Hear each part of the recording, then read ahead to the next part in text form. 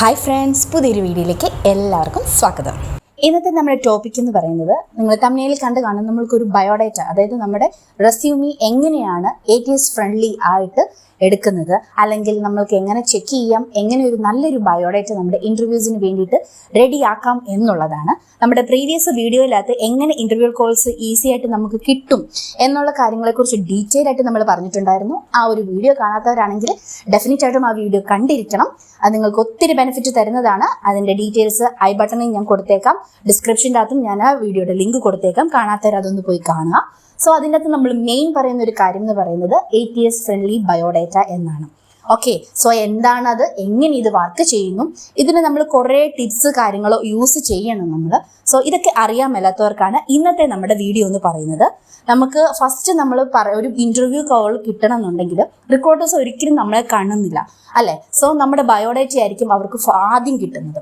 അപ്പം അതിൽ നമ്മൾ നന്നായാൽ മാത്രമേ നമുക്ക് ബാക്കി മുന്നോട്ട് കാര്യങ്ങളും എല്ലാം റെഡിയായി കിട്ടുള്ളൂ. സോ നമ്മൾ ആദ്യം തന്നെ റെഡി ആക്കേണ്ടത് നമ്മുടെ ബയോഡേറ്റയാണ്. സോ ബയോഡേറ്റ, അതായത് first impression is the best എന്നാണല്ലോ.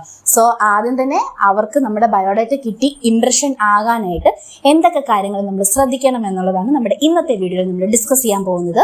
സോ നിങ്ങൾ വീഡിയോ സ്കിപ്പ് ചെയ്യാണ്ട് ഫുള്ളേ കാണുക, കാരണം ഞാൻ ഓരോ 1 by 1 സെക്ഷൻ പറയുമ്പോഴും അതിൽ ഓരോ ടിപ്സ് കാര്യങ്ങൾ പറയുന്നുണ്ട്. സോ അതൊന്നും നിങ്ങൾ മിസ് ചെയ്ത് പോവരുത്. സോ സ്കിപ്പ് ചെയ്യാണ്ട് എൻഡ് വരെ വീഡിയോ കാണുക. ഓക്കെ, സോ നമുക്ക് നേരെ വീഡിയോയിലോട്ട് പോകാം. അപ്പം ആദ്യം തന്നെ എന്താണ് ഈ ATS? ഇതല്ലേ നമ്മൾ കേൾക്കുന്നത്. ATSന്റെ ഫുൾ ഫോം എന്താണെന്നറിയാമല്ലോ നമുക്ക് എല്ലാവർക്കും. അതായത് ആപ്ലിക്കൻറ്റ് ട്രാക്കിംഗ് സിസ്റ്റം. അതായത് ഒരു ആപ്ലിക്കൻറ്റിനെ നമ്മൾ കമ്പ്യൂട്ടർ യൂസ് ചെയ്ത് ട്രാക്ക് ചെയ്യുക. അതായത് മാനുവലി ഒരു ആളുടെ കയ്യിൽ എത്തുന്നതിന് മുന്നേ നമ്മളുടെ ബയോഡേറ്റ ഒരു കമ്പ്യൂട്ടർ ആയിരിക്കും സ്ക്രീനിങ് ചെയ്യുന്നത്. സോ അതിനെയാണ് ATS എന്ന് പറയുന്നത്. അതായത് നമ്മൾ ക്ലിയർ ആയിട്ട് പറഞ്ഞു കഴിഞ്ഞാൽ നമ്മൾ ഫിൽറ്റേഴ്സ് യൂസ് ചെയ്യത്തില്ലേ, സോ അതിനെയാണ് ATS എന്ന് പറയുന്നത്.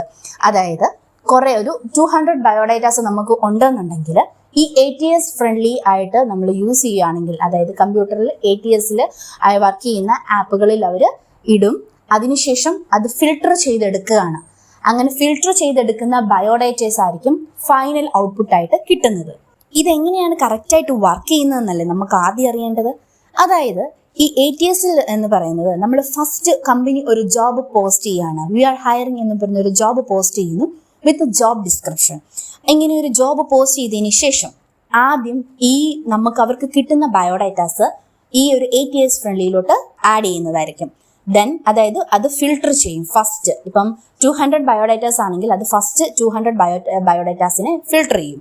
അതായത് ആ ഡിവൈസിൽ അത് ചെല്ലുമ്പോഴേക്കും അൺവാണ്ടഡ് ആയിട്ടുള്ള മെറ്റീരിയൽസിനെ, ഫിൽട്ടർ മീൻസ് അൺവാണ്ടഡ് മെറ്റീരിയൽസിനെ റിമൂവ് ചെയ്യാനാണ്. ദെൻ ഇങ്ങനെ ഫിൽട്ടർ ചെയ്ത് എടുത്ത ബയോഡേറ്റാസുകൾ, അതായത് ഇപ്പോൾ ഞാൻ ആദ്യം പറഞ്ഞു 200 ബയോഡേറ്റ ഒരു കമ്പനിയിൽ വരുവാണെങ്കിൽ ഇങ്ങനെ ഫിൽട്ടർ ചെയ്ത് ATS ഫ്രണ്ട്ലി ആയിട്ട് അതിൽ നിന്നും ഫിൽട്ടർ ചെയ്ത് എടുക്കുന്ന ബയോഡേറ്റ ജസ്റ്റ് ഒരു 50% ഉണ്ടാവുള്ളൂ. അതായത് ഒരു ഏകദേശം ഒരു 30 അത്രയും ബയോഡേറ്റാസ് ആയിരിക്കും അത്ര എണ്ണത്തിൽ നിന്നും അവർ ഫിൽട്ടർ ചെയ്ത് അവർക്ക് കിട്ടുന്നത്. ഈ ഫിൽട്ടർ ചെയ്ത ബയോഡേറ്റ പിന്നെ എങ്ങനെയായിരിക്കും HR സ്ക്രീനിങ്ങിലായിരിക്കും പോകുന്നത്. ഈ HR സ്ക്രീനിങ്ങിൽ നമുക്ക് കുറേ കാര്യങ്ങൾ ശ്രദ്ധിക്കാനുണ്ട്. സോ അത് ഞാൻ വഴിയെ പറയുന്നതായിരിക്കും. ആ HR സ്ക്രീനിങ്ങിൽ എത്തുന്ന ബയോഡേറ്റയിൽ സ്ക്രീനിങ്ങിന് ശേഷം അവർ ഫൈനലൈസ് ഇന്റർവ്യൂ കോളിന് വേണ്ടിയിട്ട് മാറ്റിവെക്കുന്ന ബയോഡേറ്റ ജസ്റ്റ് 5 കാൻഡിഡേറ്റ്സിന്റെ ബയോഡേറ്റാസ് ആയിരിക്കും വേണ്ടി മാറ്റുക. അത് ഓരോ ജോബ് റോളിന്റെയും പൊസിഷന്റെ അനുസരിച്ചായിരിക്കും അത് വരുന്നത്. സോ ഈ 3 സ്റ്റെപ്സുകളും കടന്നിട്ടാണ് നമ്മുടെ ബയോഡേറ്റ എത്തുന്നത്. സോ ആ 5 ബയോഡേറ്റയിൽ നമ്മുടെ ബയോഡേറ്റ എത്തണം എന്നുണ്ടെങ്കിൽ നമ്മൾ എന്തൊക്കെ കാര്യങ്ങൾ ശ്രദ്ധിക്കണം? നമുക്ക് നോർമലായിട്ടും യൂസ് ചെയ്യാൻ പറ്റുന്ന ഒരു ടൂളാണ് jobscan.com എന്ന് പറയുന്നത്. ഇതിൽ നമുക്ക് നമ്മുടെ CV സ്കാൻ ചെയ്ത് നമുക്ക് എന്താണോ നമ്മുടെ ജോബ് ഡിസ്ക്രിപ്ഷൻ അതിനനുസരിച്ച് നമുക്ക് ചെക്ക് ചെയ്യാൻ പറ്റുന്നതാണ്, ഫ്രീ ആയിട്ട് യൂസ് ചെയ്യാൻ പറ്റുന്നതാണ് ഈ ഒരു ഇത്. അപ്പം നമുക്ക് ആ ഒരു രീതിയിൽ ചെക്ക് ചെയ്യാം. പക്ഷേ 100% അത് ഓക്കെ ആയിരിക്കത്തില്ല, എന്നാലും നമുക്ക് ഏകദേശം ഒരു ഐഡിയ നമുക്കിത് കിട്ടുന്നതായിരിക്കും. ദെൻ നമുക്ക് നെക്സ്റ്റ് കുറേ ATS ആയിട്ടുള്ള ഉണ്ട്, ആപ്ലിക്കേഷൻസ് ഉണ്ട്, green house, ADP, work day എന്നൊക്കെ പറഞ്ഞ കുറേ ATS ആയിട്ടുള്ള ആപ്ലിക്കേഷൻസ് ഉണ്ട്. നമുക്ക് ഇതൊക്കെ യൂസ് ചെയ്യാവുന്നതാണ്. ഇനി നമ്മൾ ATS ഫ്രണ്ട്ലി ബയോഡേറ്റ ഉണ്ടാക്കാൻ തുടങ്ങുമ്പോൾ എന്തൊക്കെ കാര്യങ്ങളാണ് നമ്മൾ ശ്രദ്ധിക്കേണ്ടത്? ഫസ്റ്റ് വൺ എന്ന് പറയുന്നത് അതൊരു സിമ്പിൾ ഫോർമാറ്റ് ആയിരിക്കണം. ഒരിക്കലും ഒരു പേജസ്, അതായത് അതിൽ ഒത്തിരി പേജസ് വരാൻ പാടില്ല. മാക്സിമം പോയി കഴിഞ്ഞാൽ 1-2 പേജസേ മാക്സിമം വരാൻ പാടുള്ളൂ. ഇനി നമുക്ക് ഒത്തിരി എക്സ്പീരിയൻസ് ഉള്ളവരാണെന്നുണ്ടെങ്കിൽ മാക്സിമം അത് ഷോർട്ട് ആക്കാൻ, അതായത് ഷോർട്ട് പോയിന്റിൽ നമുക്ക് എക്സ്പീരിയൻസിനെ മെൻഷൻ ചെയ്യാനായിട്ട് നോക്കാം. ചില കാര്യങ്ങൾ നമുക്ക് ഡിസ്ക്രിപ്ഷൻ ഡീറ്റെയിൽ ആയിട്ട് കൊടുക്കേണ്ടി വരും. അത് പോയി കഴിഞ്ഞാൽ ഒരു 3 പേജസ്, ഏറ്റവും ബെറ്റർ ഓപ്ഷൻസ് 1-2 പേജസ് ആയിരിക്കും എപ്പോഴും നല്ലത്. ദെൻ നമ്മൾ ഈ സിമ്പിൾ ഫോർമാറ്റ് എപ്പോഴും വരേണ്ടത് ഒരു വേർഡ് അല്ലെങ്കിൽ PDF ഫോർമാറ്റിലായിരിക്കണം വരേണ്ടത്.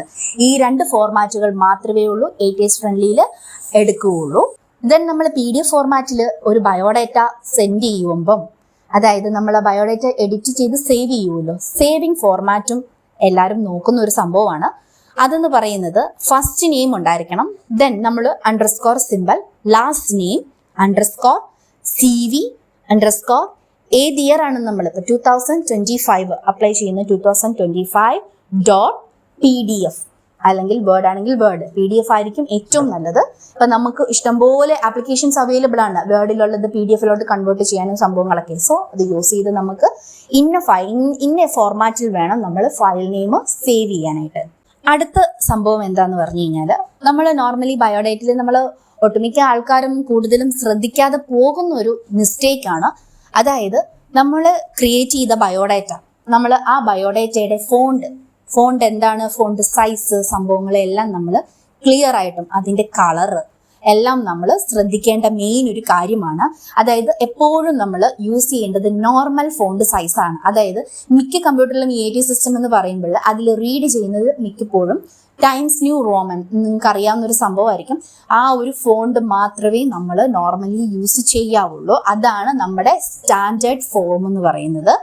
ആൻഡ് സൈസ് എന്ന് പറയുന്നത് ഹെഡിങ്ങിനുള്ള സൈസും അകത്ത് നമ്മൾ എഴുതുന്നത്, അതായത് ഇപ്പം നമ്മൾ ടൈറ്റിൽ ഉണ്ടാവും, അല്ലെങ്കിൽ ഇപ്പം നമ്മുടെ സമ്മറി അങ്ങനെയൊക്കെ ഉണ്ടാവുമല്ലോ. സോ അതിനുള്ള ഹെഡിങ് സൈസ് എന്ന് പറയുന്നത് 12-ഉം ദെൻ അതിന് ഉള്ളിൽ വരുന്ന കണ്ടന്റുകൾക്ക് 10-ഉം വേണം നമ്മൾ കൊടുക്കാൻ. അതാണ് ഒരു സ്റ്റാൻഡേർഡ് ഫോർമാറ്റ് സൈസ് ഫോണ്ട് വരുന്നത്.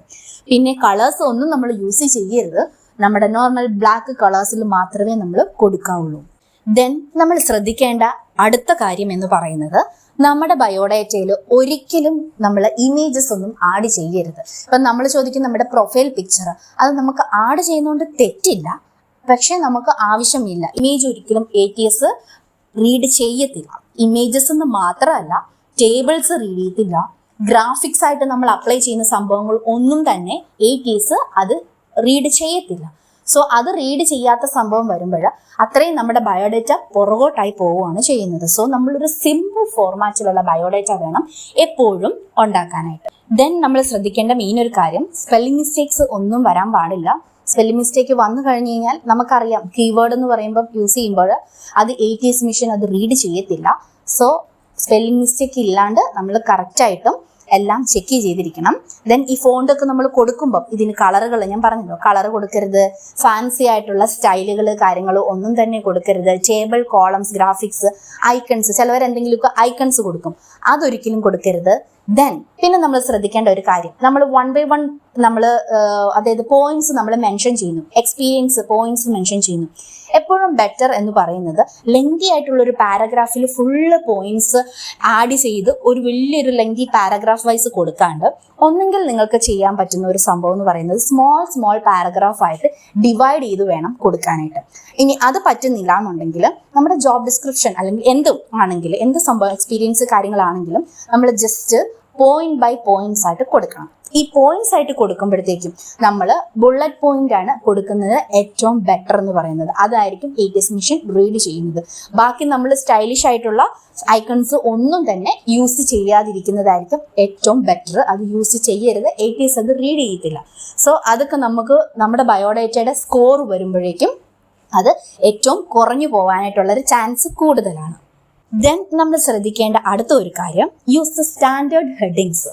അതായത് സ്റ്റാൻഡേർഡ് ആയിട്ടുള്ള ഹെഡിങ് എന്ന് പറയുമ്പോഴേക്കും നമുക്കറിയാം, അതായത് നമ്മുടെ ബയോഡേറ്റയിൽ നമ്മളിപ്പോൾ title, description, summary, then work experience, education, skills, ഇതൊക്കെയാണ് നോർമലി സ്റ്റാൻഡേർഡ് ആയിട്ടുള്ള ഹെഡിങ്സ്.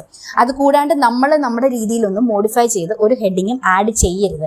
അങ്ങനെ ആഡ് ചെയ്ത് കഴിഞ്ഞാൽ ATS മിഷൻ അത് റീഡ് ചെയ്യത്തില്ല. അതായത് അതിൽ ഫിക്സഡ് ആയിട്ട് ഒരു കീവേഡ്സ് ഉണ്ടായിരിക്കും, അതായത് കമ്പനി നൽകുന്ന കീവേഡ്സ്. ആ കീവേഡ്സ് സ്റ്റാൻഡേർഡ് ഫോർമാറ്റ് എപ്പോഴും എല്ലാ കമ്പനീസും കൊടുക്കുകയുള്ളൂ. സോ ഇത് നമ്മൾ മെയിൻ ആയിട്ടും ശ്രദ്ധിക്കേണ്ട സംഭവമാണ്, ഇല്ലെങ്കിൽ നമ്മൾ അത് റീഡ് ചെയ്യില്ല.